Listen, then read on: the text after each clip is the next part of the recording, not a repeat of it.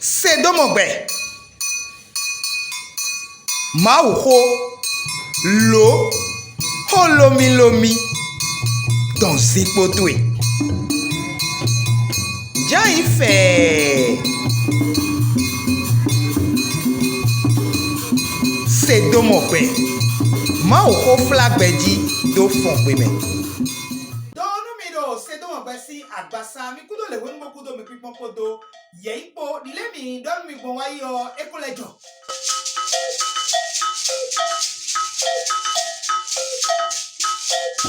bon mi kodo mi kika to je video mi la tunole apapwe enego akojo mo popo ton ewu dalo mi kodene bon dile mi kono oblogon mi na hunu si apapwe nenu apapwe te ka edi Mira tunole nu edo Moise we male Odo tan we male Odo holomi lomi we male Ofo Dore doto da hole diwe enoje Chobo no wa mo dore doto pevile Dore doto da hole o Yeme aton e Dore doto pevile yi yeme Wewe Wabi pikple Logo yi Kotonukun we Dile ko don mi wai Dai bon Dore doto da hole o yechi agede wusu don weso le do dore doto da hole ya melele bo nwa ito le o edga bo bina do yetele o yeme enewe do mero ko nwa we ma we weso mo we ma ito yi aton yeme enele o yedie Isaïe Jérémie e wona we ma we e wona Jérémie bo wona pevi kan Jérémie ton bon mi wamo Ezekiel bomo Daniel igona tie we malero aton yiwe bo dore doto lero ene yiwe de oni bon dore doto pevile o nkodon mi dole epido yi asosusun ado eti asosusun no we zombo eno ere dore doto pevio mama ito lewe opesi bon menele dion yeme wewe bo nkodon mi si Ose Joeli Amosi Abudiasi Jonasi Miche Naumu Habakuku Sofoni Aje Zakali Kodo Malachiko Emablo wewe ne we ma foton ku we nele alo ye me foton ku mo ko enele o yeyin nebo eno ilo edo Dore doto mumula tole dore doto defo le edi bla iwo alo we mobo ye tele o ye mula nu de a peto Élysée Eli Nathan Ido Jehu Hulda kodo defo le kodo mule o chema ijale o imula we ma didaya e ka mo lo le ye wa so bo wa Beido dodai dotosi aso ewa somo eno yiro medelero dodai doto numula tole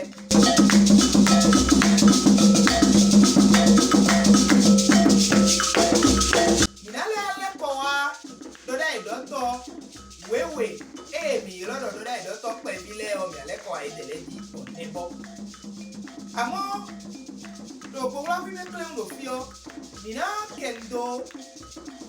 azo eni dore idoto si azo boni kode ena do Fongbé meo ikole supolo de meleno zaru gambio eweni doda idoto ebe mo a no mina so Fongbé lodo doda idoto do Fongbé meo no mina ki me Fongbé ne treleo mina do peido mi mo ado to de me dio eno so Demenu to tole demenu le no do foto to bi lenu wa che pipa sinu ko ono kan bi ate para ni kaso no chile ani kaso to si pe o mi example le lo example pone leo demenu lewe no cambio to bi pa de ko tite o aje nu la do ato ke ni gbe omo ji ko ma le yi ko de ko wa do mo ya si lo mo e ne Demenu alo peido Fongbé dagbe one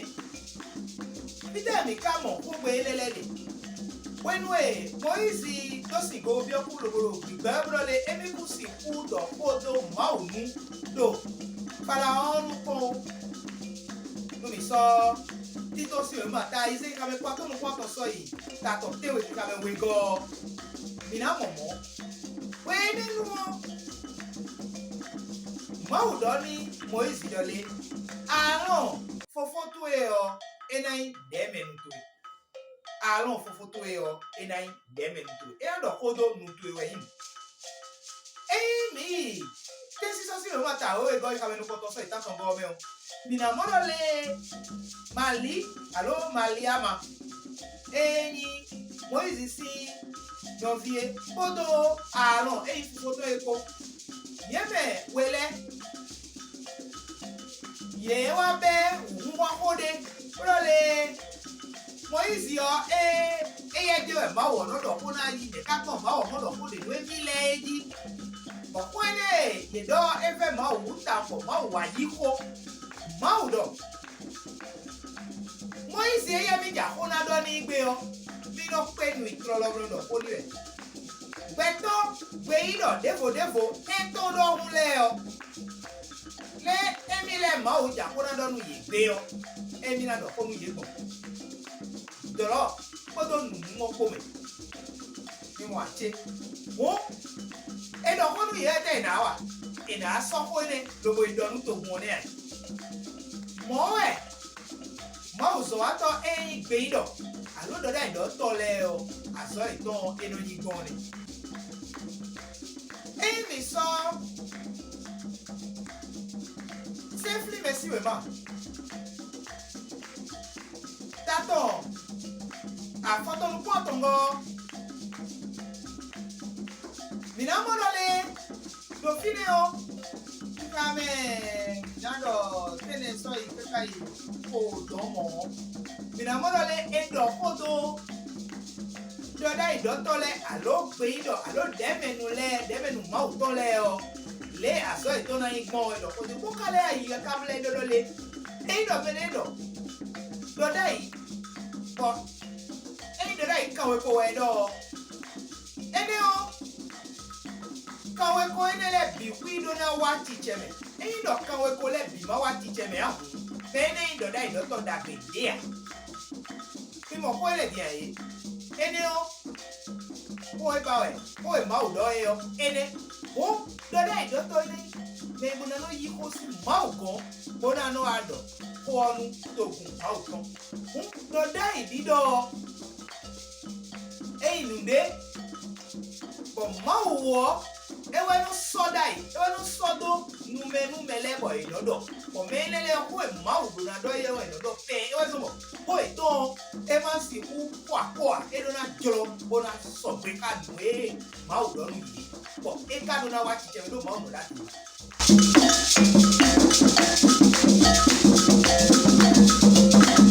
asote kan ya so gbe yin dole alo debe nu le to aso aton ya so ito asonu koton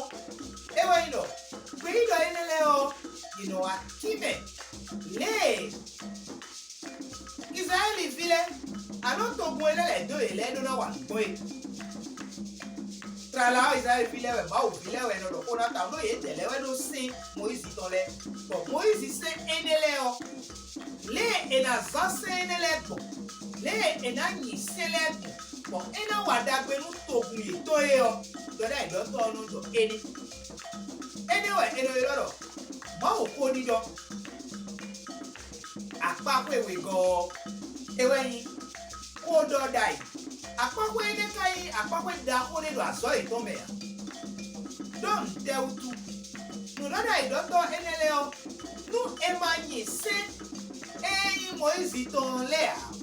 se dodo yi e to jijon bonu e ma pe do a o nuena wa jebudo ton sole o ewe menele ino kime mauna do banu mi eye ka yin se o nuena jebudo ton eno le kime mauna donu mi bo do aso ito ene o me o eno le fo do fun pede pata nu e maudo na blow e do so gudo apakwe atongo enayi mechoto so Ezekiel si mama ta ton ka foton ko go mi amo fune mechoto Ezekiel yi mechoto eta ko wa eta mechoto ko wa pe tomu ena do fune bo dole flafo medile wa city won jawe to won gba fún gbe o e ko àwọn ape ko ina city do fiene o edo apakwe agbaza meton godo apakwe gbigbo meton do me hobo gba fún do agbaza me o ero mo tugro mo ga me ho gba fún gbigbo me o nwele nwiwe awobi onoza e wa ido ite ye do na ije sise kananu ero nuglegle wa kika o ma wa nyaye si file lobo so Israel vile wa do te to mele o Israel vile do na se sise ye to le ye kanu na so fi ye to le bona so yi wunu bodun ye to le Israel vile na wa ngbon do aliene nu sans zo wa to e do da ido to le alo de menu ma o to le lo leyi aso eto atongo ni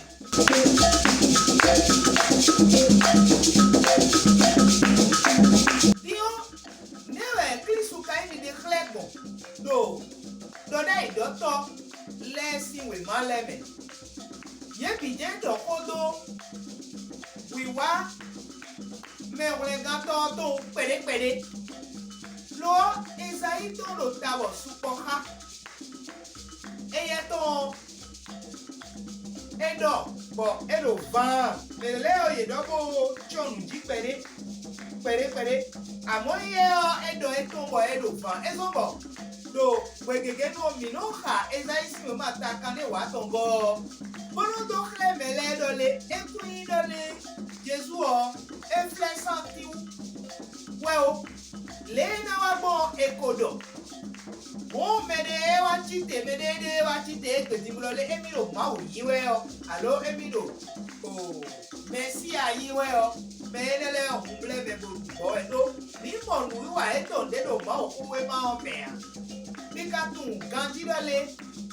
o mlete doto Beno do ele wa no nai du beno lusi imaje monido au tomeu mo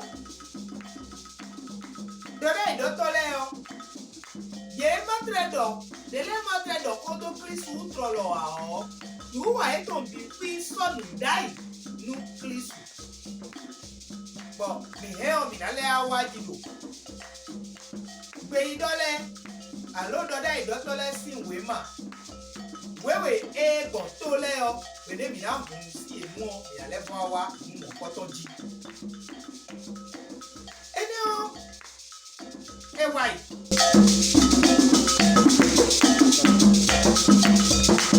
ni o egbe o eno mo mere lebo eno do emi doda idoto nmodo adokede nu gbe omo di assembly lebo we ma eno solo no do ito me na be lo pastor ene o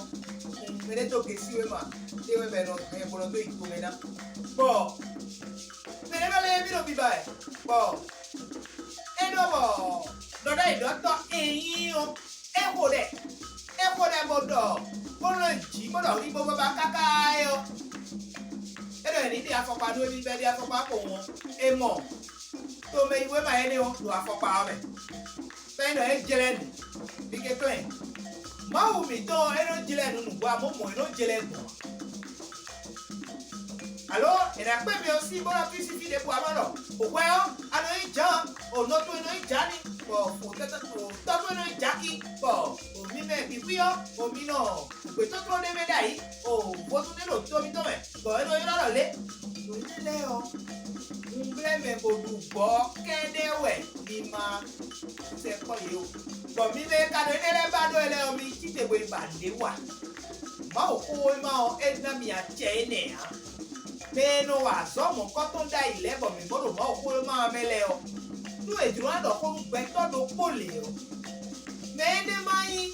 ma o si me dide to bode a e kana ya hosu alo na ido da ido to ni alo na ifo saru kule ma o to ni e no so me ro ko de pa ko mo do ko na mo a e ma kai mo ho ja ko na do to o bi we no do ko na e lo ko me ro ko le a ni o nous voyons que Toméon. Donc, faut Toméon est le bloc. Dans les nous n'ayons mais. Tu vois, non, quand faire des moi, je gagne beaucoup. C'est ma vie. Mon léo de nous, oui, bien, octobre, et gardez nous, quand faire des on donc, on a quand bon, et là, nous avons mis dans les campagnes, et il y a un doméo, et les campagnes, si vous le prenez. D'où t'es dit, canon, quoi il te dit, et que nous sommes, mauso à tolé, sommes beaucoup de temps, bon, mauso à tolé, injecteur de l'air, nous sommes beaucoup de si nous sommes walo. Tochami, toméo, bono doa ici, homme, bono doa mau si c'est plus si c'est homme, venez on, et sokia. Bon, et là, quand vous êtes allé, oh, tu n'as pas, oh, nous montons, n'as pas, oh, tu n'as pas, bon, on a donné bon, et là, pour nous donner, vous pouvez tomber comme un. À soi, les on soit avec toi. Nous, nous sommes candidat, nous pouvons dominer au Facebook, bon, moi, oui, ma loco, moi, nous, loco, bon, on sait, il y a le cobra, bon, beaucoup de caïens. Eh, même moi, je vais te dire pour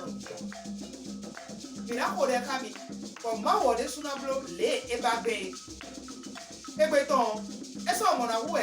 nous vivons béton, moi, on les a déjà vu, et là, les pour avoir quitté, et